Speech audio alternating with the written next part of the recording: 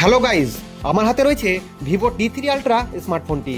তো বন্ধুরা, এই স্মার্টফোনটি গত 4-5 মাস আগে কোম্পানির তরফ থেকে লঞ্চ করা হয়েছিল এবং সেই সঙ্গে কোম্পানির তরফ থেকে 2 বছরের মেজর অ্যান্ড্রয়েড আপডেটের প্রতিশ্রুতিও দেওয়া হয়েছিল। সেই সময় আউট অফ দ্য বক্স এই স্মার্টফোনটি অ্যান্ড্রয়েড 14-এ রান করছিল।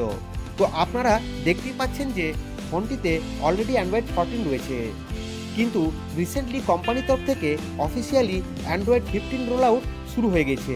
তো দেখুন বন্ধুরা, এখানে 2.56 জিবির একটা আপডেটের অপশন চলে এসেছে।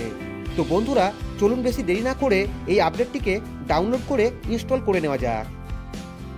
আর হ্যাঁ বন্ধুরা, এই নতুন আপডেটটিকে ডাউনলোড এবং ইনস্টল করার পর অ্যান্ড্রয়েড 15-এ কি নতুন নতুন ফিচার্স অ্যাড হয়েছে এবং নতুন ইন্টারফেস কেমন হয়েছে তা দেখতে হলে অবশ্যই কমেন্ট করতে ভুলবেন না।